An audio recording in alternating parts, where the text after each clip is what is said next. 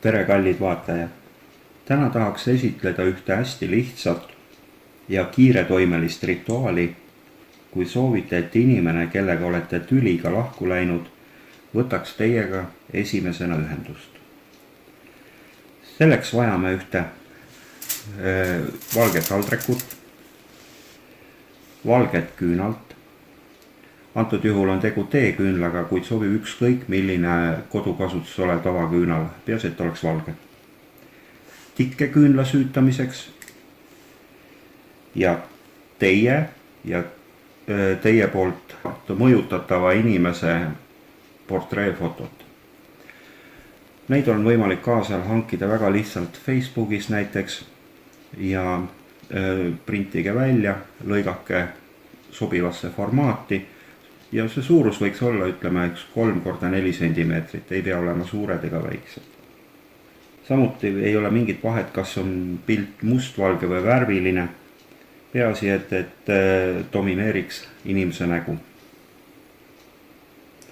Seejärel asetage enda pilt nägu ülespoole tulekindla aluse peale, misjärel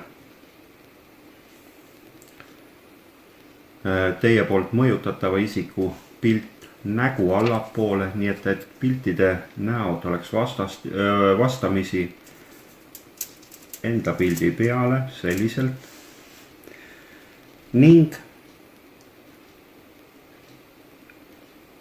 nüüd asetage küünal või sulatage see siia kinni, kui on tegu kitsama küünlaga.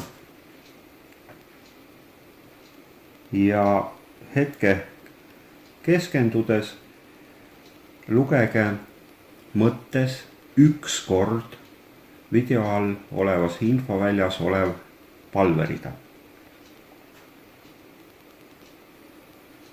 Peale mida laske küünal põleda lõpuni, kuid mitte nii kaugele, et ta kuidagimoodi põletaks või et fotodele jääks mingilgi moel põletusjälg või pruunistuks või midagi muud sellist. Ja kogu tekkiv küünlarasv valguks ühtlase kihina, kataks mõjutatavaid fotosid. Seejärel, kui küünal on lõpuni põlenud ja kogu pilte katab selline ühtlane küünlarasva mass või kuhi, siis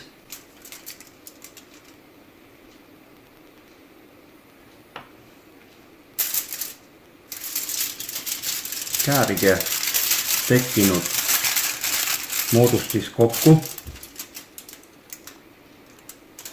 pöörake ümber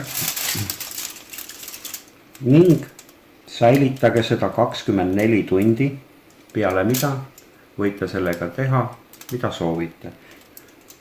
See tähendab, et kas siis hävitada see, päris prügikasti ei soovita visata, aga ka näiteks võite ta põletada lõkkes, visata jooksvasse vette või ükskõik muul sellisel moel. Nii et selline rituaal täna. Kui teile meeldis, laikige. Tänan tähelepanu eest.